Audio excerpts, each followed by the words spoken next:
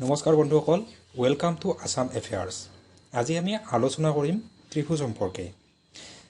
আৰম্ভ কৰাৰ আগতে এই প্ৰশ্নটোলৈ চাব। এইটো 2020 চনৰ টেটত আহিছিলে।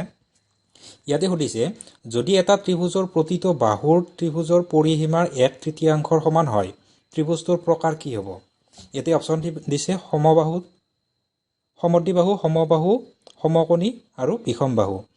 এইটো অকণমান নিজে ভাবি এনচাৰটো আমাৰ কমেণ্ট বক্সত লিখক আৰু শেষত মই ইয়াৰে উত্তৰটো দি দিম।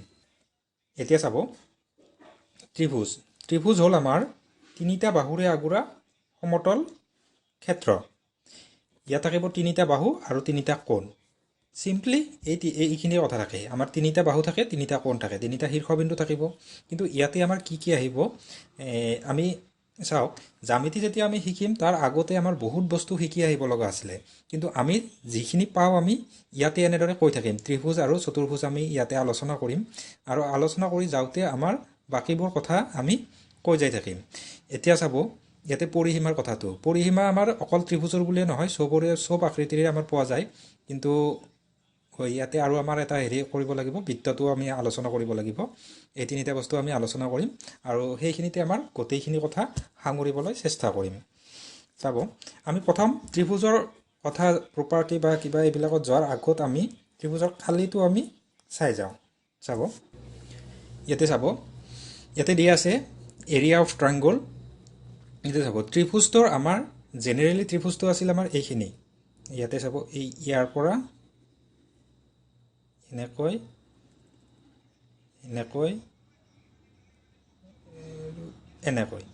এইখিনি আছিল আমাৰ ত্ৰিভুজটো।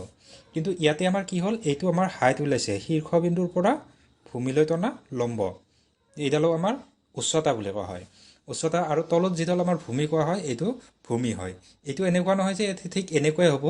কিন্তু এইটো যদি ঘূৰাই দিওঁ ত্ৰিভুজটো, এই বাহুটো যদি আমি তলৰ পিনে ৰাখোঁ, তেতিয়াহ'লে আমাৰ এই শীৰ্ষবিন্দু এইটোৰ পৰা ইয়ালৈ আমাৰ লম্ব টানিব লাগিব। বা এইটো আমাৰ ভূমি কৰিব পাৰোঁ।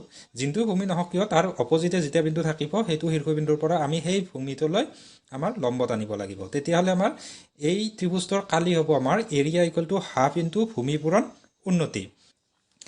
এতিয়া চাব, আমাৰ এটা উদাহৰণ কৰিলে আপোনালোকে ভালদৰে গম পাব। এইটো চাব, ইয়াতে এৰিয়াটো কি হ'ব। ইয়াতে দিয়া আছে, ভূমিটো দিয়া আছে 18 ইউনিট। ইউনিট মানে কিবা এটা হ'ব, হয়তো চেণ্টিমিটাৰ হ'ব পাৰে, মিটাৰ হ'ব পাৰে। তাৰপিছত আৰু উচ্চতা দি আছে 6 ইউনিট। গতিকে আমাৰ ইয়াতে আমাৰ কি হ'ব, যদি আমি সূত্ৰ হিচাপত চাওঁ, এইটো half into B into H, মানে হাফ ইনটু ভূমি পূৰণ উন্নতি আছে। গতিকে আমাৰ সূত্ৰটো হ'ব হাফ ইনটু ভূমি হ'ল 18 ইনটু এইচ হ'ল 6। ইয়াতে কাটাকাটি কৰিলে আমাৰ 218 9 6 9 54। গতিকে আমাৰ 54 স্কুৱেৰ ইউনিট হ'ব। ইয়াতে চাব, কালি যেতিয়া আমি উলিয়াম, যিহৰে নোলিয়াওঁ কিয়, আমাৰ ত্ৰিভুজৰে হওক বা চতুৰ্ভুজৰে হওক, যিহৰে আমি কালি নোলিয়াওঁ কিয়, কালিত ওলালে সদায় আমাৰ এককটোত হ'ব স্কুৱেৰ, বৰ্গ একক বা আমাৰ স্কুৱেৰ ইউনিট, বা এনেদৰে লিখিব ইউনিট স্কুৱেৰো লিখা যাব। মানে কি হ'ল, ইয়াতে যদি বাহুকেইটা আমাৰ চেণ্টিমিটাৰত থাকিল হয়, ইয়াতে আমাৰ চেণ্টিমিটাৰ স্কুৱেৰ হ'ল হয়। যদি মিটাৰ থাকিল হয়, মিটাৰ স্কুৱেৰ হ'ল হয়। তেনেকুৱাকৈ মুঠতে মনত ৰাখিব, এইটো যিকোনো বস্তুৰে কালি নোলিয়াওক কিয়, ক্ষেত্ৰফল নোলিয়াওক কিয়, ইয়াতে আমাৰ কি হ'ব, স্কুৱেৰ ইউনিট হ'ব। আৰু আমাৰ এতিয়া এটা কথা ইয়াতে ক'ব লাগিছিলে আগতে, সেইটো হ'ল কি, আমাৰ ত্ৰিভুজটো হ'ল 2D আৰু 3Dৰ কথাটো অলপমান আমি চাই লওঁ। আমি 2D আৰু 3D, আজিকালি আমাৰ 3D বহুত চলি আছে। যি নহওক, 2D হ'ল দুটা মাত্ৰা থাকিলে হ'ল, 2 ডাইমেনশ্যন। 3D 3 ডাইমেনশ্যন, দুটা মাত্ৰা মানে কি হ'ল, ইয়াৰে দীঘ আৰু প্ৰস্থ এইটো বস্তু আছে। কিন্তু হ'ল 3D হ'ব লাগিলে কি হ'ব, উচ্চতাও থাকিব।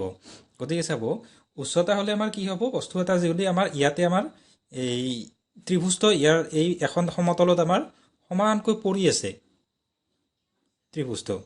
কিন্তু আমাৰ কি হ'ল, ইয়াতে যদি আমাৰ এই ত্ৰিভুজীয় ধৰ পিৰামিড হয় বা তেনেকুৱা হয়, ধৰ বৰ্গ এটাই আমাৰ কি হ'ব, ইয়াতে সম্পূৰ্ণকৈ পৰি থাকিব, বৰ্গ হওক আয়ত হওক। কিন্তু আমাৰ কি হয়, যদি আমাৰ লুডুৰ গুটিটো হয়, তাক অলপমান ওখ এটা আৰু স্পেচ লাগিব। গতিকে আমাৰ কি হ'ব হেনেকুৱা হ'লে 3D হ'ব যদি দিশ প্ৰস্থ উচ্চতা থাকিল তেতিয়াহ'লে আমাৰ কি হ'ব 3D হ'ব আৰু ইয়াতে অকল দিশ আৰু প্ৰস্থ আছে গতিকে এইবিলাক হ'ল 2D আকৃতি যি হওক ত্ৰিভুজৰ আমাৰ কালিটো আমাৰ ক্লিয়াৰ হ'ল এতিয়া আমি চাম ত্ৰিভুজৰ কালি আৰু উলিয়াবৰ এটা বেলেগ পদ্ধতি আছে সেইটো হ'ব হয় এইটো চাব এইটো হিৰণৰ সূত্ৰ বুলিও কোৱা হয় ইয়াতে ত্ৰিভুজৰ কালি কি হয় যদি আমাৰ ভূমি আৰু উন্নতি নাথাকে বা উন্নতি আমি নাপাম তেতিয়াহ'লে আমাৰ বাহুকেইটা যদি দিশ দিয়া আছে ইয়াতে চাব ইয়াতে দেখা নাপোৱা নাই এইটো বাহু যদি আমাৰ এই বাহুটো A হয় তাৰপিছত এই বাহুটো তলৰ বাহুটো আমাৰ B হয় আৰু এইটো বাহুৰ C হয় তেতিয়াহ'লে আমাৰ এই বাহুৰ আমাৰ ত্ৰিভুজটোৰ আমাৰ যদি পৰিসীমা উলিওৱা যায় A + B + C ত্ৰিভুজৰ তিনিটা বাহুৰ যোগফল হ'ল ত্ৰিভুজটোৰ পৰিসীমা এতিয়া চাব পৰিসীমাৰ আধা আমাৰ কি হ'ব ইয়াক আমি 2 ৰে ডিভাইড কৰিব লাগিব তাৰ মানে কি হ'ল এটো সেমি পেৰিমিটাৰ বুলি কোৱা হয় পেৰিমিটাৰ মানে হ'ল পৰিসীমা আৰু সেমি হ'লে আধা এতে A + B + C/2 এইটো আমাক সেমি পেৰিমিটাৰ বুলি যদি ধৰা হয় তেতিয়াহ'লে আমাৰ কি ত্ৰিভুজটোৰ আমাৰ কি হ'ব কালিটো আমাৰ কি হ'ব এইটো S whole into S - A S - B whole into S - C ঠিক আছে এটো তাৰমানে কেতিয়া আমাৰ প্ৰয়োগ হয় যদি আমাৰ কি হ'ব আপোনাৰ বাহুকেইটা যোগ দিয়া আছে ত্ৰিভুজটোৰ কালি উলিয়াব লাগে তেতিয়াহ'লে আমাৰ কি হয় হিৰণৰ সূত্ৰ প্ৰয়োগ কৰিব লাগিব গতিকে এইটো আমাৰ কেতিয়াবা আহি যাব পাৰে গতিকে আমাৰ একবাৰ সূত্ৰটো মনত ৰাখিলে আৰু অসুবিধা নাই মনত ৰাখিব এৰিয়া অফ ট্ৰায়াঙ্গল ত্ৰিভুজৰ এৰিয়াটো আমাৰ কি হ'ব S ইনটু √/। ইয়াতে √/ডাল চিনি নাপায় ইয়াতে এডাল √/ আছে ডাঙৰকৈ সৰি √/S whole into S - A S - B S - C ঠিক আছে এইটো হ'ল আমাৰ হিৰণৰ সূত্ৰ তাৰপিছত এতিয়া চাওঁ আমি ত্ৰিভুজৰ প্ৰকাৰ ইয়াতে চাব ত্ৰিভুজৰ প্ৰকাৰ ত্ৰিভুজক আমাৰ বাহু হিচাপে 3 প্ৰকাৰত ভাগ কৰিব পাৰি আৰু কোণ হিচাপে 3 প্ৰকাৰত ভাগ কৰিব পাৰি ইয়াতে চাব যদি আমাৰ কি হয় ত্ৰিভুজৰ তিনিটা বাহু সমান হয় ইয়াতে চাব এইটো বাহু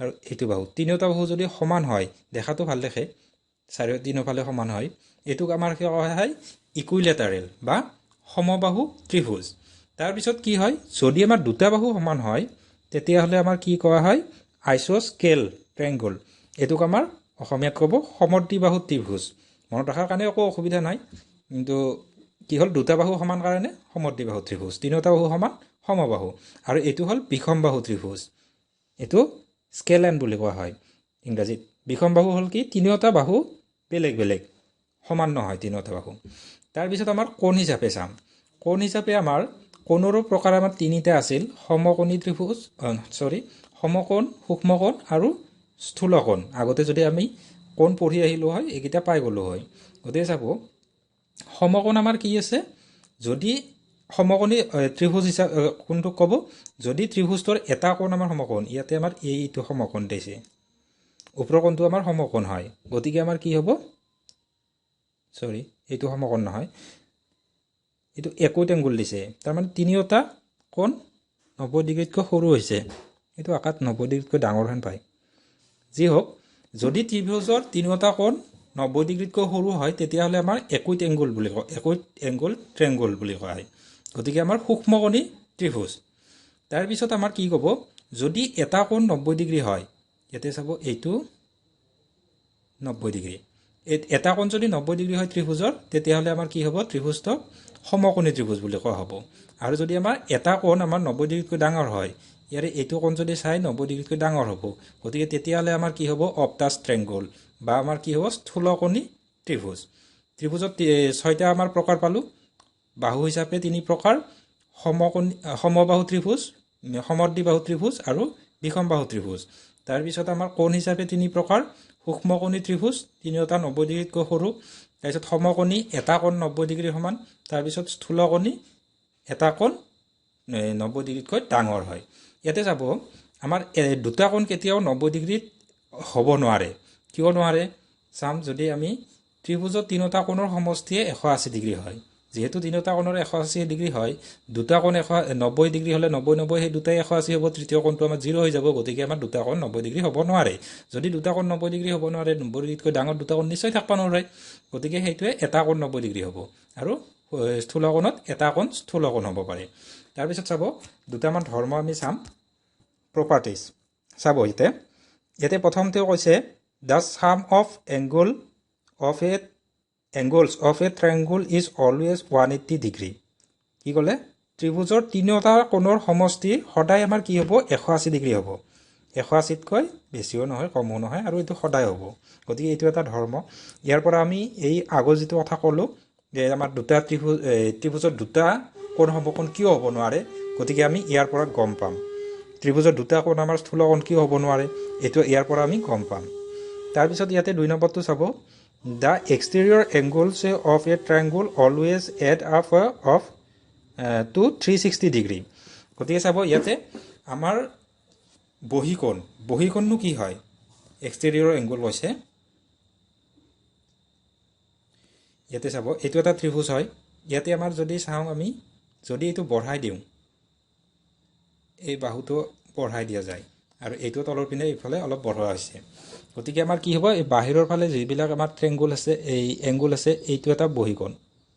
এইটো চাব, ইয়াৰো এইটো এটা বহীকোণ, ইয়াৰে এইটো এটা বহীকোণ। ঠিক আছে? এই বহীকোণবিলাকৰ গোটেইবিলাকৰ সমষ্টি আমাৰ 360 ডিগ্ৰী হ'ব। এইটো অকল ত্ৰিভুজৰে নহয়, যদি চতুৰ্ভুজৰ হয়, চতুৰ্ভুজৰো আমাৰ বহীকোণবিলাকৰ সমষ্টি 360 ডিগ্ৰী হয়। চতুৰ্ভুজ হওক, পঞ্চভুজ হওক। ইয়াতে চাব আমাৰ চতুৰ্ভুজত চালে আমাৰ গম পাব, এইটো এটা চতুৰ্ভুজ। ইয়াতে আমাৰ কি হ'ব? যদি আমি এইটো বঢ়াই দিওঁ এনেকৈ, এইটো ওপৰ ফালে বঢ়াই দিওঁ, এইফালে বঢ়াই দিলোঁ, এইটো এইফালে বঢ়াই দিলোঁ। ইয়াতে আমাৰ চাওক, যদি আমাৰ এইটো বৰ্গ বুলি ধৰা যায়, ভিতৰত আমাৰ 90 ডিগ্ৰী 90 ডিগ্ৰীকৈ থাকে, গতিকে আমাৰ বাহিৰতো 90 90 হৈ যাব। তেতিয়া 90 90 4টা 90 লগ হ'লে কিমান হ'ব? 360 ডিগ্ৰী। গতিকে এইটো আমাৰ মনত ৰাখিব, অকল ত্ৰিভুজ বুলিয়ে নহয়, চতুৰ্ভুজ বুলিয়ে নহয়, বা পঞ্চভুজ হ'লেও আমাৰ বহিস্থ কোণবিলাকৰ সমষ্টি আমাৰ কি হ'ব? সদায় 360 ডিগ্ৰী হ'ব। তাৰপিছত আৰু আছে নেক্সট, এইটো চাব, the sum of consecutive interior and exterior angles is supplementary. Supplementary মানে কি হ'ল? আমাৰ দুটা কথা আগতে পাই আহিছোঁ, কিন্তু আমি আলোচনা কৰা নাই। যি নহওক, পূৰক আৰু সম্পূৰক কোণ। পূৰক কোণ হ'ল আমাৰ কি? দুটা কোণৰ সমষ্টি আমাৰ যদি 90 ডিগ্ৰী হয়, তেতিয়াহ'লে তাক পূৰক কোণ বুলি কোৱা হয়। আৰু যদি দুটা কোণৰ যোগফল 180 ডিগ্ৰী দি হয়, তেতিয়াহ'লে তাক সম্পূৰক কোণ কোৱা হয়, ছাপ্লিমেণ্টাৰী। গতিকে ইয়াতে কি কৈছে? কনচিকিউটিভ মানে লগ লাগি থকা যদি আমাৰ কি হয়? সন্নিহিত কোণ বুলি কয় অসমীয়াত। এইটো চাব, ইয়াৰে এইটো আমাৰ বাহিৰৰ কোণ আৰু এইটো আমাৰ ভিতৰৰ কোণ লাগি আছে, এই দুটাক আমাৰ সন্নিহিত কোণ বুলি কোৱা হয়। ত্ৰিভুজৰ সন্নিহিত কোণৰ মাপ সদায় আমাৰ কি হ'ব? 180 ডিগ্ৰী হ'ব। আৰু এইটো অকল কি হয়? ত্ৰিভুজত বুলিয়ে নহয়, চতুৰ্ভুজতো হ'ব, বা যিকোনো হেৰি হ'ব। আচ্ছা, তাৰপিছত চাব নেক্সট, এইটো চাব, এই দুটা মষ্ট ইম্পৰ্টেণ্ট। পৰীক্ষাত এই দুটাৰ কথা বেছিকৈ প্ৰশ্ন আহে। গতিকে এইটো চাব, the sum of the length of any two sides of a triangle is greater than the length of the third side. Similarly, the difference between the lengths of any two sides of a triangle is less than the length of the third side. মানে কি হ'ল? ত্ৰিভুজৰ আমাৰ এইটো এটা ত্ৰিভুজ, যি হওক চিত্ৰ আমি ভালকৈ আঁকিব পৰা নাই। ত্ৰিভুজত চাব, ত্ৰিভুজৰ আমাৰ যিকোনো দুটা যদি বাহু লওঁ, আমি ধৰ আমাৰ ডাঙৰ ডাঙৰ বাহু দুটা যদি লওঁ, এইটো ডাঙৰ বাহু আছে, এইটো ডাঙৰ বাহু আছে, এই দুটা বাহুৰ যোগফল আমাৰ তৃতীয় বাহুতকৈ ডাঙৰ হ'বই লাগিব। যদি আমি সৰু দুটা লওঁ, আমি একেবাৰে সৰু দুটা লওঁ, এই দুটা লওঁ, তেতিয়াও আমাৰ যোগফলটো এইটো বাহুতকৈ ডাঙৰ হ'ব লাগিব। তাৰমানে কি হয়? এতিয়া এইটো আমাৰ প্ৰশ্ন কেতিয়াবা এনেকুৱা আহে, তলৰ আমাৰ দিয়া কেইটামান বাহুৰ যোগ দিয়া থাকিব, তাৰে কোনটোৰ দ্বাৰা আমি ত্ৰিভুজ অংকন কৰিব নোৱাৰিম। গতিকে এই কথাটো নাজানিলে আপুনি নোৱাৰিব উত্তৰটো। ধৰা হ'ল এ এনচাৰ দিয়া আছে আমাৰ 3, 4 আৰু 5 চেণ্টিমিটাৰৰ বাহুযুক্ত আমাৰ যেনিবা দিয়া আছে। তাৰপিছত বিত এটাৰ এনচাৰ দিয়া আছে আমাৰ কি হ'ব? 2, 3 7 তাৰপিছত আকৌ আমাৰ এনেকুৱাকৈ বেলেগ এটা দিয়া আছে যি নহওক এনেকুৱা 4টামান দিয়া থাকিলে এইটোত যদি চাওঁ আমি কি হ'ব চাব এই 3 আৰু 2 যোগ কৰিলে কিমান হ'ল আমাৰ 5 হ'ল এইটো 7তকৈ ডাঙৰ হ'ব লাগিছিলে 7তকৈ ডাঙৰ নহয় গতিকে এইটো আমাৰ এনসাৰ হ'ব নোৱাৰে এই সিস্টেমটো পৰীক্ষাত আহিলে এনেকুৱা প্ৰশ্ন আহিব পাৰে তাৰপিছত নেক্সট আমাৰ এইটো চাব The shortest side is always opposite the smallest interior angle. Similarly, the longest side is always opposite the largest interior angle. তাৰমানে কি কৈছে বুজি ল'ব ইয়াতে কৈছে কি ত্ৰিভুজৰ যদি আমাৰ কি হয় বাহু তিনিটা যদি আমাৰ সমান সমান নহয় ইয়াৰে এইটো আমাৰ আটাইতকৈ ডাঙৰ বাহু তাৰপিছত এইটো হ'ব আটাইতকৈ সৰু বাহু ইয়াৰে ডাঙৰ বাহুটোৰ বিপৰীতে যিটো কোণ থাকিব এই কোণটো ডাঙৰ হ'ব আৰু আটাইতকৈ সৰু বাহুটোৰ বিপৰীতে থকা কোণটো আটাইতকৈ সৰু হ'ব এতিয়া আমাৰ এইটো বাহু মিডিল আছে মানে ডাঙৰটো আৰু সৰুটোতকৈ মাজত থাকিব গতিকে আমাৰ এইটো কোণটো আমাৰ মাজত হ'ব তিনিটা কোণৰ যোগফল 180 ডিগ্ৰী হ'ব কিন্তু আমাৰ কি হ'ব কোনটো কোণ ডাঙৰ কোনটো কোণ সৰু আমি ইয়াতে ক'ব পাৰিম ইয়াতে চাব আমাৰ ত্ৰিকি প্ৰশ্ন যদি আহিব বিচাৰে এনেকৈ দিব ত্ৰিভুজৰ এই ত্ৰিভুজ এটা আঁকি দিব যেনিবা ABC ত্ৰিভুজৰ এংগল A কিবা এটা দিলে মান এংগল B কিবা এটা মান দিলে এংগল C কিবা এটা মান দিলে এতিয়া বাহুটো তলৰ কোণকেইটা হোৱা সম্ভৱ হ'ব পাৰে এতিয়া বাহুকেইটা যেতিয়া আমাৰ দিব তেতিয়া আমাৰ এই মিলাই চাব লাগিব তেতিয়াহ'লে এইটো প্ৰপাৰ্টি মতে গতিকে সেইটো কথা মনত ৰাখিব ত্ৰিভুজৰ ডাঙৰ বাহুৰ বিপৰীতে থকা কোণটো আটাইতকৈ ডাঙৰ আৰু আটাইতকৈ সৰু বাহুটোৰ বিপৰীতে থকা কোণটো আটাইতকৈ সৰু ঠিক আছে আমাৰ ত্ৰিভুজৰ এইখিনি কথা জানিলে মোটামুটি আমাৰ পৰীক্ষাৰ গোটেইখিনি কথা কৰিব পাৰিব এতিয়া চাব আমাৰ প্ৰথম প্ৰশ্নটো লৈ চাব এইটো চাব ইয়াতে সুধিছে যদি এটা ত্ৰিভুজৰ প্ৰতিটো বাহুৰ মাপ ত্ৰিভুজটোৰ পৰিসীমাৰ 1/3 সমান হয় ত্ৰিভুজটোৰ প্ৰকাৰ কি ইয়াতে চাব ইয়াতে আমাৰ কি হৈছে ত্ৰিভুজটো প্ৰকাৰান্তৰে ক'ব গ'লে আমাৰ কি হৈছে এইটো সমবাহু ত্ৰিভুজ হয় কিন্তু কি আছে ইয়াতে পৰিসীমাৰ কথা আনিছে পৰিসীমাৰ কথা কৈছে 1/3 কথা সুধিছে গতিকে আমাৰ বহুতে আমাৰ পৰিসীমা কেইবা আছিলে বা পৰিসীমা কেনেকৈ উলিয়াম সেই কথাটো ভাবি কিনে আমাৰ প্ৰশ্নটো ভুল কৰি আহে বা নকৰাকৈ আহে গতিকে ইয়াতে চাব প্ৰতিটো বাহু কৈছে প্ৰতিটো বাহু 1/3 সমান প্ৰতিটো বাহুৰ মাপ ত্ৰিভুজটোৰ পৰিসীমাৰ